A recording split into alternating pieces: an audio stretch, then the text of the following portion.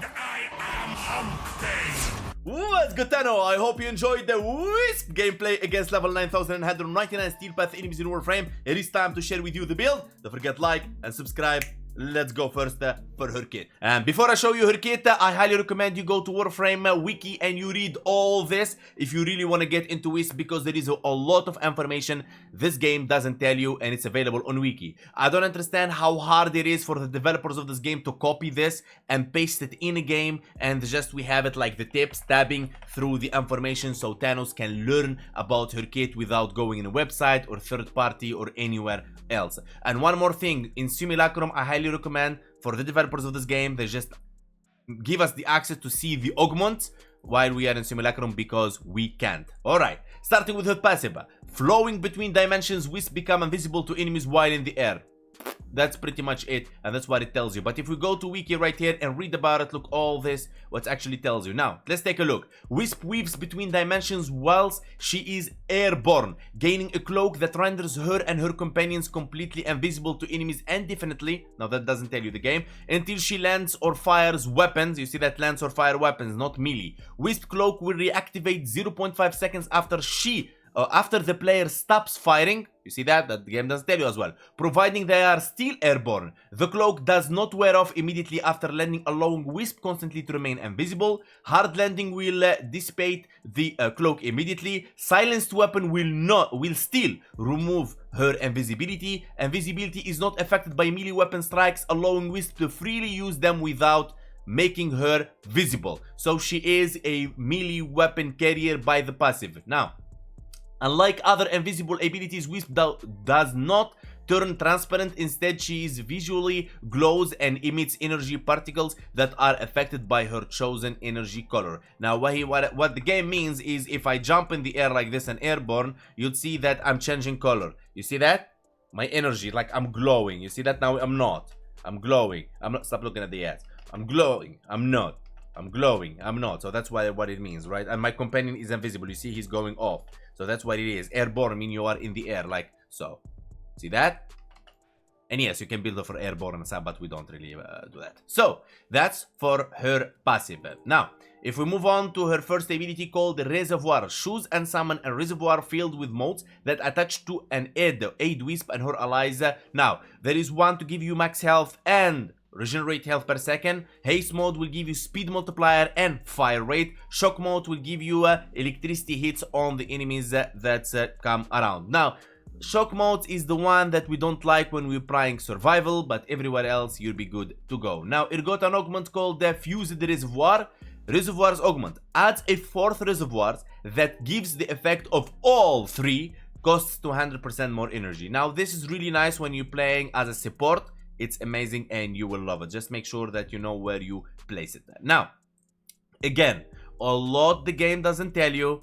Would you look at this? Just go and check it out. I'm sure you will benefit a lot from it. Like, for example, ability synergy, casting bridge surge and activate reservoir pod will teleport Wisp to its location and double bridge surge range. Now, that doesn't tell you the game. So, how you do this? Really simple. Now, we're going to place the reservoirs and we can cycle by tapping. Pop, pop, pop, pop, pop. Now, if we choose the blue, which is electricity, boom, right there. If we choose the red one, which is vitality, we get more health and we regenerate health over per second, and the green one will give us the fire rate and movement speed increase. And as you can see, it's infinite duration as long as you are inside this area. Okay, but if you come out, it becomes a normal duration as right there. Now, when you play in, let's say, Cascade, you can cast all of them. If you play on, let's say, survival, I highly recommend you skip using the shock, because you want enemies to come as fast as possible for the life support. Now, the augment is really simple. What it does, it actually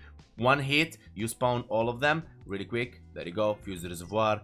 And now let's check this out. Boom. Now, as you can, no, we didn't do it the right way. Hold on. Boom, boom.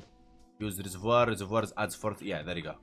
But it doesn't show in here. I think it's bugged in Simulacrum, but you get the idea and what I'm talking about. And this is another bug the E should actually fix. Now, moving on to the abilities, Wheel of Wisp. Cast forward a spectral image of Wisp to confuse and distract enemies to reactivate to travel to its position. Hold to have the image travel faster and teleport to its position and release. Now, when you look at it, you say, I mean, what is this? Like, but when you go to Wiki and you actually read what is this about, Wisp expends energy, blah, blah, blah, cloaking herself and companion from enemy's eyes while spawning a spectral copy of herself that flies towards the last position of the reticle when activated. But here is the most important part in here, that actually Wisp gains invulnerability for 3 seconds after teleportation.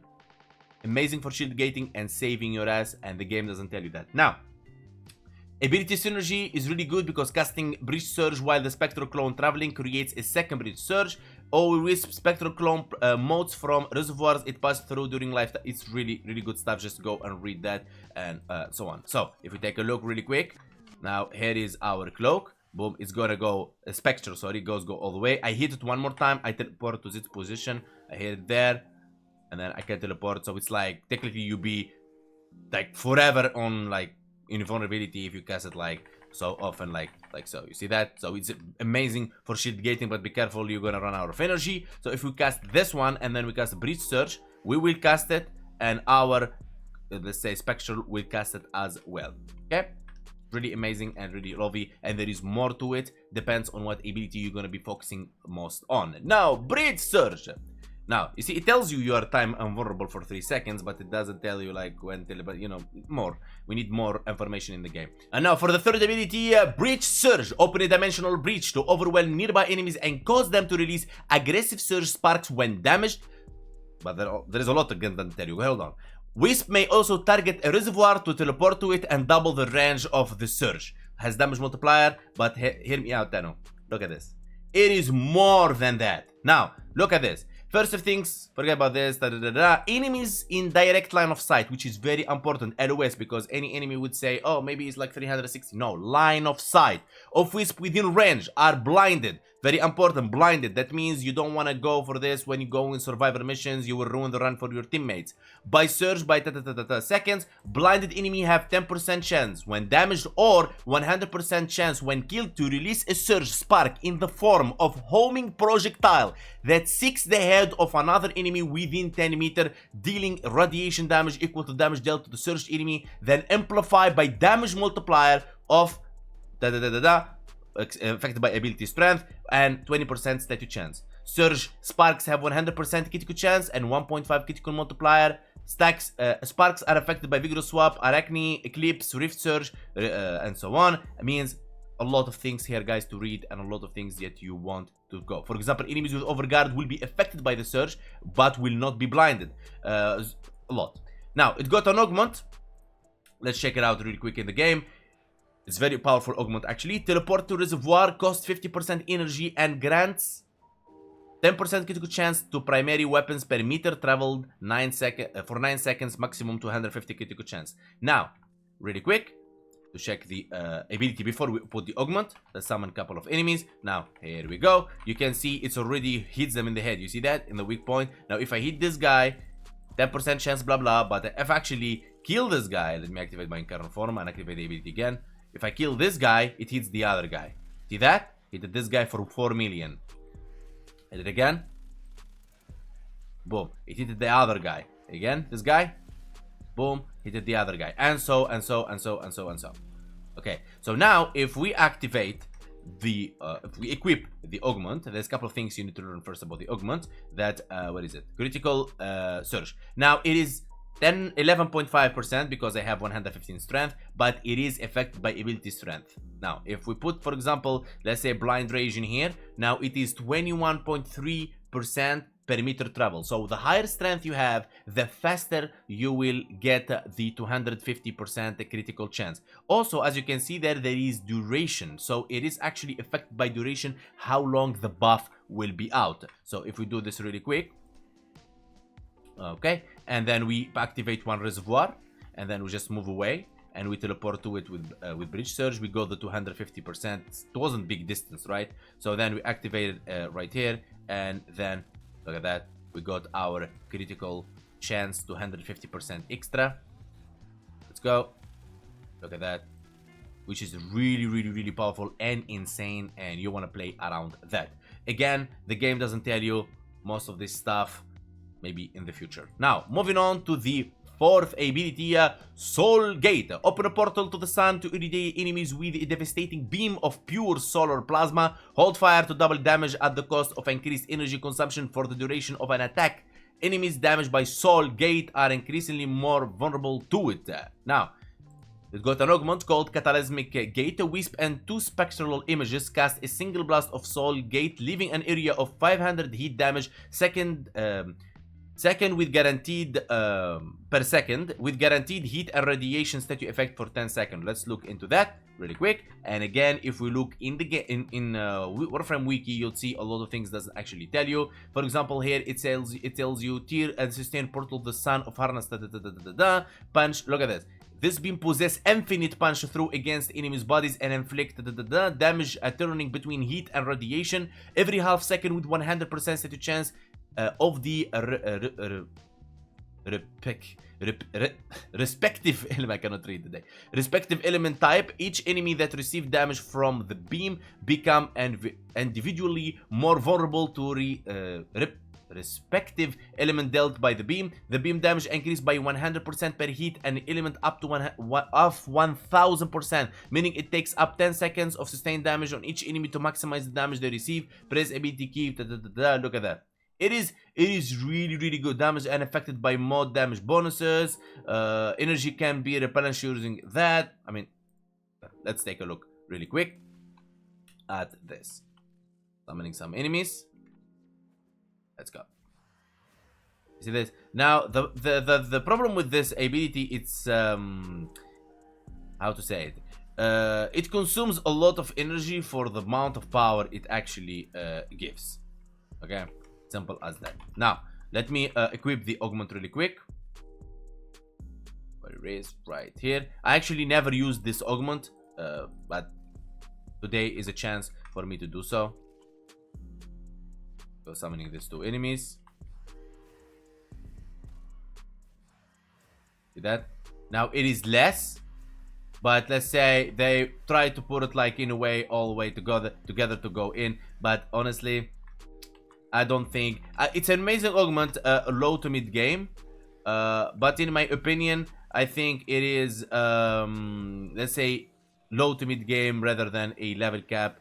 It costs a lot, and I don't think it's really that powerful, honestly. And when you do this, you actually become vulnerable for damage, and you don't want to tank level cap, and it actually takes you down when you are on airborne. Maybe if it was keeping you airborne like Zephyr first ability, when you hold it, maybe we can discuss that, but no, it is not it. So yeah, that's Wisp. Read wiki for more information. Let's go for the build. Now, first thing first, Tano, 79% of you watching and not subscribed, hit that subscribe button. Thank you so much. I much appreciate it, Tano. And like to help the video on the algorithm. Now, as always, before I build my weapons and my warframes, DVS is my method. If you don't like my methods in today's video, check the sheet, helps you out. And remember, Tano, to stick to the community guideline, and we take things to level cap to ensure that we fight enemies and take them down and tank them at their prime EHP and their prime damage output, because enemies scale based on level, not like the Warframes. Now, in Warframe, not like any other game, if you receive damage in your shields, you cannot regenerate shields. If you lose all your shields, you need 4 seconds to start regenerating shields. If you lose part of your shields, you need 1 second to start regenerating your shields. Now, shield gating in Warframe is simple. You lose your shield, you enter gate phase, you become invulnerable for a certain duration based on how much shields you have. So the idea of shield gating is simple. When you lose your shield, get it back before enemies get access to your HP during the invulnerability phase. Simple as that. Now, one more thing. Any helmet ability you want to use with Wisp is up to you and depends on your style and what you want. The idea for me and my channel as a roadmap is as follows. I take every Warframe to level cap with different helmet abilities that I see fit. So technically, I will take the same Warframe with almost all the helmet abilities that are good for it or I see fit. Simple as that. So if you see today's video with a certain helmet ability, you can of course flip it and change it to any other helmet ability you want, because when I make my builds, I try to make them a high IQ modding, in the meaning of you can equip almost any helmet ability in the same build. Keep that in mind. Now, The helmet ability I'll be using in today's video will be Wrathful Advance, utilizing her passive. Now you can go crazy, of course, using Zoe, because that's what she's famous for, Zoe or Glaives or any weapon you want, as long as you stay in distance, because since you are up in the air, airborne, you can't use the close range melee like Dual Ikur or Okina or whatever. So you want a distant weapon. I would highly recommend Zoes, or I highly recommend Glaives, any glaive you want. Now for Archon shards, I'm running strength. Of course you can run full strength or you can run full melee critical damage. That's totally up to you and the style you want. And remember, the Archon shards are always optional and always depends on the style and what you're taking and what helmet you want. Maybe in the future I will make how to mod and how to helmet and how to Archon shard the Warframes to help you out understand the whole game. Now, 2 Emerald Archon shards to push the stacks of course, so from 10 to 14, as enemies for 10 stacks will be stripped by 80%. For 14 stacks will be armor stripped by 105%. For 1 Tau Force Emerald, they'll be armor stripped for 98%. I don't like that. I want my enemies to be red HP, mean no armor. Yellow HP enemies mean they have armor. Red, they don't have armor. Now, casting speed, of course, is very important for the shield gating, and fast casting, you don't want to take forever into the animation of casting it. Now, when it comes to the build, we'll be running Brief Respite. Every ability we use, it consumes energy, gives us shield. Simple as that. Premature Footed is optional and only for the end game. Now, for low to mid game, you can take it off and use any Exodus you want. More range, more strength. But my favorite is always be Hand Spring for faster knockdown recovery. If you don't have that, you can use the normal sure-footed instead and you're good to go. Now, the reason why we use prime sure-footed for level caps, because you don't want to get knocked down at level cap. You're pretty much dead if you have Rolling Guard only cooldown. Seriously. And especially for this squishy DPS Warframes. For me, Wisp is a DPS support. So you need to be careful when you use her and you pay attention to the game.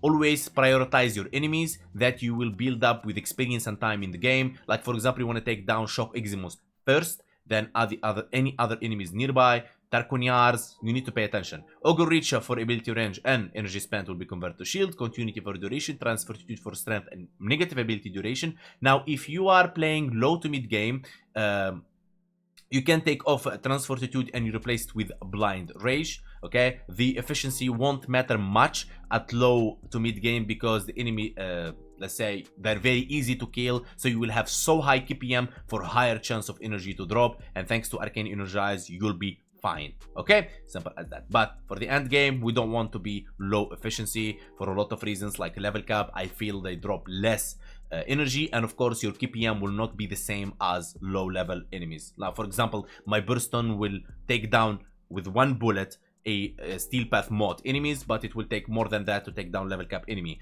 Rolling Guard for bad situations. I give you an example. You're fighting a Thrax, Shock Eximus on the right, for example, and there is a Nullifier in the left and you're pretty much fucked. So you want to roll and move away. Archon Stretcher, ability range, ability that deals electricity damage, which is our reservoir. Restore energy to energy over the size of blah blah blah. Now this one depends on what you're doing. For Cascade, defense is gonna be good to go, but for let's say survival, it's semi-useless. So if you plan on having low range, maybe, yeah, you can get it. So any enemy gets in nearby, you get your energy and electricity damage on them. But if you have high range Wisp, I highly recommend not to use it because you're not going to benefit from it so any more. Now, Emerald Intensify for strength. The reason we're not using Precision Intensify is simple because we want Breach Surge to actually benefit as well from the damage multiplier because it's affected by ability strength. There you go. See that? 318 more strength, 428. Okay, otherwise I would go for Precision Intensify for Wrathful Advance. Also the strength will enhance your reservoirs. It is amazing Precision Intensify, but not for Wisp. Ogre Message for duration and also abilities Now if we remove the duration from Ogre Message right here, you'll see we have 128. It will get you around for let's say low to mid game, but for the end game you want extra duration. Pyramid Flow for energy max, Molt Augmented for more strength. You already know now why we need that. So that's pretty much it. Now how we are doing DVS in this build, simply the build actually is too overpowered and it will take down enemies anyway. But here how it goes. I'm using compressor for priming. Now compressor will get me viral and corrosive, so technically going to get enemies vulnerable to more with 325% more damage to the HP. Corrosive, there will be armor stripped 14 stacks. Heat, let's put it aside, just like extra statue on the enemies, dotting and all that kind of things. I don't care about the armor and whatever it gives. Magnetic to deal 325% more damage to overguard and shields. One of the only ways to deal damage to overguard in the game with fortifier and smite and all that kind of cool stuff. Now for companion, this is the build I use. Tenacious bond, but you need a companion with 50% plus critical chance. If you're gonna go with Verglas, the best sentient weapon in the game, you need a Riven with CC. Don't follow my Riven, just any CC Riven will go. Otherwise, use Primed Razor Rifle or Volclock and you'll be good to go without a Riven. So, let's try this build against some enemies on Simulacrum. And we start first with heavy corrupted gunners, like so. And first thing we want to do is simply we put our reservoirs. Boom, boom. It's easy as that and simple as that. And then what we want to do is we can activate either our Spectre, and then we teleport, we activate Bridge Search to it and teleport there. You can play however you desire and the technique you want. Now we want to prime those enemies like so, and then we can hit them with our Ixoris, and as you can see, they will not stand any chance. Now let's do that one more time, pretty quick. Ta ta ta ta ta ta ta ta ta ta, and shkaraboom. It's just insanely powerful. Now, let's summon more tougher enemies like the Manik, for example. I got Manik right about here. Boom, boom, boom. And let's just like, you know, use this. Alright. Let's prime them with our compressor prime. Da, da, da, da. And then there you go. It's just like, you just annihilate them 100%. Now, you can play this in many different ways. For example, we can benefit from Zoris. Of course, we can keep throwing this and get our combo, but we're just like gonna get them really quick, close like this all together, like really quick, like this 11-12 combo multiply, because it has infinite combo. But technically, you'll be like throwing like this until you get the combo if you really want to do that. So we're gonna use this. We're gonna prime them like so, using Bridge Search. There you go, and then we're just gonna go like shkaboom. Yes, a lot of damage. Now, a lot of channels would like to see probably the Balla effect with this, so let's get them that. Now, my Balla build is actually known for everybody out there, so it is crescendo with contagion. Now, we need to fill our, let's say, combo multiplier. So for that, we just make it quick with Vazarin. You can fill your combo multiplier for crescendo in many different ways, so it's totally up to you how you do it. You can use the Airyu mods, you can use Naramon, you can use Vazarin, you can use a lot of things in this game to do that. For that, to make it really fast, we're gonna summon let's say heavy corrupted gunners. Let's say I summon them mostly in Simulacrum for level 1, so I can like get my combo really quick. Let me get the combo really quick. All right, we got our combo multiplier. Now let's summon the enemy in their correct level, which is 230. Heavy corrupted gunners, since we're using the multiplicative damage against the corrupted gunners. There we go. Putting as always. Keep it in mind that you always want to put your reservoirs, whether you like it or not, you want them to be active most of the time. Now what we want to do is simply we can use let's say here we go, compressor. Then we use our fourth ability, and then Bridge Search, and then we get our, let's say, Balla Zo to just destroy everything in our way. Now, there we go. Priming the enemies. Same thing. Boom. And you keep doing the same thing over and over. It's just like really powerful. And it doesn't even joke around. This combo is really powerful. Everybody knows about it, honestly. It's not something new. Everyone knows about this combo in the game with Balla and like Zo and Wisp. You can of course run Eclipse if you really want. You can make this maybe more damage dealing powerful, because it is really powerful with Bridge Search. I have the build with Bridge Surge, I think with Mirage in my channel. You can check that out as well. It's really good stuff. You would love it. Go. Boom. I mean, really shit crazy. And by this tunnel, we reached the end of our video. I want to say thank you so much for everyone that made it this far and watched the video, all of it. Remember, Tano, in my videos, I try to do my best and give you as much as information as possible. And especially for the new Tanos that first time watches my channel and they trying to learn about Warframe and helping out our other channel is the reason I created this channel in the first place. Thank you so much for watching. Thank you so much for being part of this community. Join my Discord link in the description. Like, subscribe, helps a lot. Follow me on Twitch, TikTok, Instagram, everywhere. Big love and special thanks to Hall of Members, special VIPs, and Disputed Donator, Hall of Donations, and everyone in my community. And see you guys on the next video. And let me know in the comments below what's the next build you want to see for level cap. See you next time.